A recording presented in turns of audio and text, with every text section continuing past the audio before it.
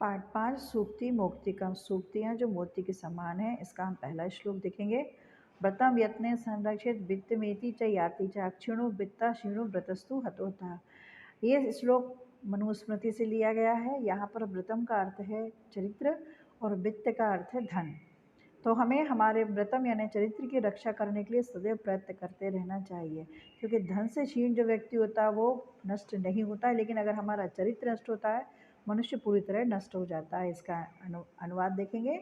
मनुष्य को सदाचार यानी अपने चरित्र की दृढ़तापूर्वक रक्षा करना चाहिए। हमें हमारे चरित्र की रक्षा करने के लिए सदैव प्रयत्न करते रहना चाहिए, क्योंकि अगर हमारा चरित्र नष्ट हो गया तो हम पूरी तरह नष्ट हो जाते हैं।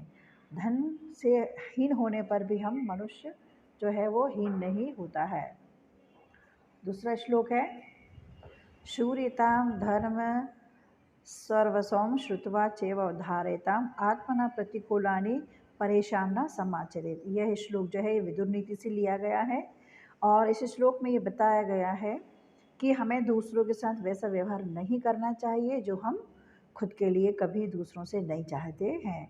हम इसका अनुवाद देखेंगे। मानव को धर्म का सार सुनना चाहिए और उसे सुनकर ही धारण करना चाहिए या मन में ग्रहण करना चाहिए। किसी की दूसरी की कही गई बातों को जैसा उसने कहा वैसा नहीं, पहले हम उसको सुने समझें और फिर धारण करें। और फिर इसमें यह भी बताया गया है कि हमें दूसरों के साथ अच्छा व्यवहार करना चाहिए जैसा हम व्यवहार अपने लिए स्वयं के लिए चाहते हैं। तीसरा श्लोक है प्रिय वाक्य प्रदाने सर्वे तुष्यन्ति जंतवः तस्मात् तदेव वक्तव्यम। बचने का दरिद्रता। चाणक्य नीति से यह श्लोक लिया गया है और इसमें बताया गया है कि सभी व्यक्ति जो हैं वो अच्छे प्रिय शब्दों का उपयोग करने से संतुष्ट होते हैं। इसका अनुवाद देखेंगे हम। इस संसार में मधुर वचन बोलने वाले सभी प्राणी प्रसन्न होते हैं। ये सभी को पता है, आप हो, आपके फ्रेंड या मैं हूँ, यदि हम आपस में बहुत अच्छे से बातचीत करेंगे तो हमारा मन खुश रहेगा, है ना। इसलिए हमें इन शब्दों का, अच्छे वचनों का प्रयोग करने में कोई कंजूसी नहीं करना चाहिए। अगर हम उपयोग कर भी लेंगे तो हम इसमें कोई गरीब नहीं हो जाएंगे, हम निर्धन नहीं हो जाएंगे। चौथा श्लोक है पीबन्ति नद्यः स्वमेव नाव स्वयं न खादन्ति फलानि वृक्षा। अब यहाँ इस श्लोक में ये बताया गया है कि अम्भ यानी पानी, फलानि यानी फल और वारिवह यानी कि बादल। और इसमें ये भी आपको अन्वय सामने दिखाई दे रहा है। अब हम इसका अनुवाद देखेंगे। अनुवाद में दिया है नदियाँ स्वयं अपना पानी नहीं पीती हैं, वृक्ष अपना फल स्वयं नहीं खाते हैं और बादल जो भी पानी गिराते हैं फसलों के ऊपर वो फसल भी वो स्वयं नहीं खाते हैं। अब इसका अर्थ ये है, या ये कह सकते हैं इसका तात्पर्य यह है कि नदियाँ स्वयं पानी नहीं पीती हैं। आपको ही मालूम, नदियाँ बह रही हैं, दूसरों को पानी दे रही हैं। वृक्ष कितने हैं, लोग उसमें पत्थर मारते हैं, सब कुछ करते हैं, लेकिन फल कभी खुद नहीं खाते हैं। इसी प्रकार से जो संपत्तियाँ महान लोगों की हैं वो दूसरों के लिए होती हैं।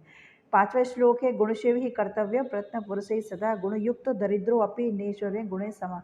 ये जो श्लोक लिया गया है मृतक्ष कटिकम से लिया गया है और इसका अन्वय आपको दिखाई दे रहा है, जो आपको लिखना भी है और उसके अनुसार हम इसका अनुवाद भी करेंगे।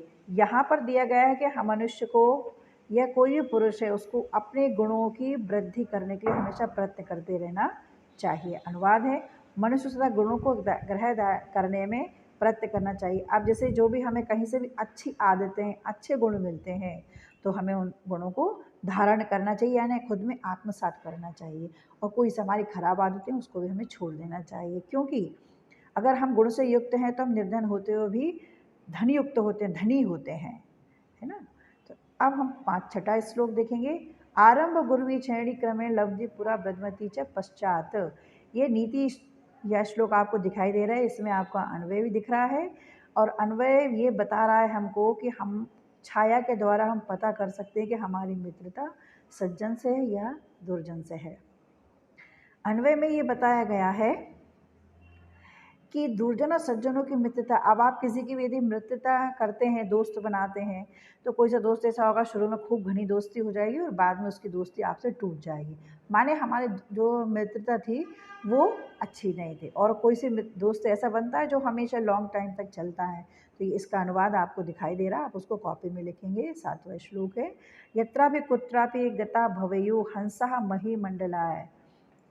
अब इसमें जो अनुवाद दिया गया है, इसमें हंस बताया गया है बुद्धिमान व्यक्तियों के लिए उनका उपयोग किया गया है हंस शब्द का।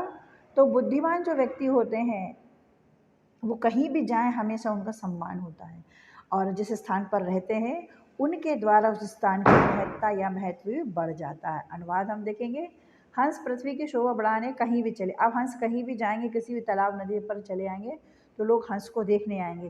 तालाब तो वहाँ पहले से ही मौजूद रहता है, लेकिन तालाब देखने कोई नहीं जाता। किसको देखने जाते हैं? हंस को। तो इसी प्रकार से और हमें भी हंस के समान अपने बुद्धि, अपने चरित्र में और अपने अच्छे गुणों का विकास करने के लिए हमें भी हंस के समान बनना है, जिससे कि हमारे घर परिवार सबका मान सम्मान हमेशा बना रहे। 8वां श्लोक है, गुणा गुणेषु गुणा भवन्ति ते निर्गुण प्राप्त भवन्ति दोषाः। अब इस श्लोक में ये बताया गया है कि जो गुणयुक्त व्यक्ति होता है वो हमेशा गुणों को ग्रहण करता है, और जो निर्गुण व्यक्ति होता है, जो उसके पास गुण आ भी जाते हैं तो वो उसके पास आकर निर्गुण हो जाते हैं। इस प्रकार से हम इसका अब अनुवाद देखेंगे। अनुवाद में ये बताया गया है, गुण तभी तक गुण रूप रहते हैं जब तक गुण यानी गुणग्राही के पास होते हैं। अब मान लीजिए सच बोलने की आदत है तो हम सच ही बोलेंगे, लेकिन अगर किसी को झूठ बोलने की आदत है, आप उससे बहुत बार बोलो भाई सच बोलो, लेकिन वो नहीं बोलेगा। क्यों?